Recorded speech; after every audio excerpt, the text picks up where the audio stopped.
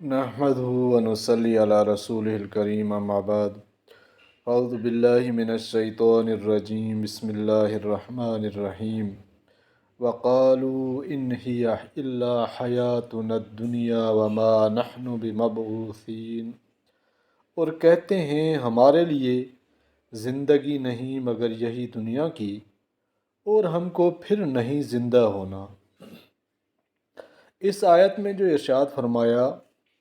उसका अतफ़ आदू पर है, जिसके माना ये हैं कि अगर उनको दोबारा भी दुनिया में लौटा दिया जाए तो फिर दुनिया में पहुंचकर यही कहेंगे कि हम तो इस दुनिया की ज़िंदगी के सिवा किसी दूसरी ज़िंदगी को नहीं मानते, बस यहीं की ज़िंदगी ज़िंदगी है, दोबारा हमको ज़िंदा नहीं किया जाएगा। यहाँ एक सवाल ये होता है कि जब क़यामत में दोबारा ज़िंदा होने को और फिर हिसाब किताब और जज़ा और सज़ा को आँखों से देख चुकेंगे तो ये कैसे मुमकिन होगा कि फिर यहाँ आकर उसका इनकार कर दें? जवाब यह है कि इनकार करने के लिए ये लाजिम नहीं है कि वाक़े में उनको उन वाक़यात और हक़ाइक़ का यकीन न रहे, बल्कि जिस तरह आज बहुत से कुफ़ार व मुजरिमीन इस्लामी हक़ाइक़ का पूरा यकीन रखे हुए महज़ अनाद से इनकार व तकज़ीब पर जमे हुए हैं, इसी तरह ये लोग दुनिया में वापस आने के बाद क़यामत और दोबारा ज़िंदगी और आखिरत के तमाम हालात का पूरा यकीन रखने के बावजूद महज़ शरारत और अनाद से फिर तकज़ीब पर उतर आएंगे। जैसा कि कुरान करीम ने इसी मौजूदा ज़िंदगी में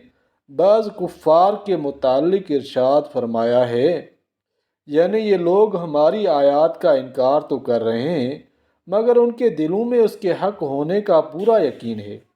जैसे यहूद के बारे में इरशाद फरमाया कि वो ख़ातमुल अंबिया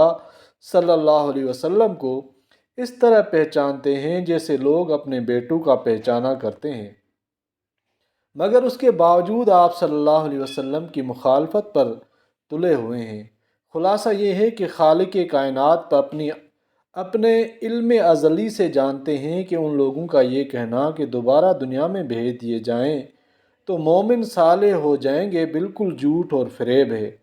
अगर उनके कहने के मुताबिक दोबारा दुनिया को पैदा करके उनको इसमें छोड़ दिया जाए तो ये फिर वही सब कुछ करेंगे जो पहली ज़िंदगी में किया था। तफसीर मज़हरी में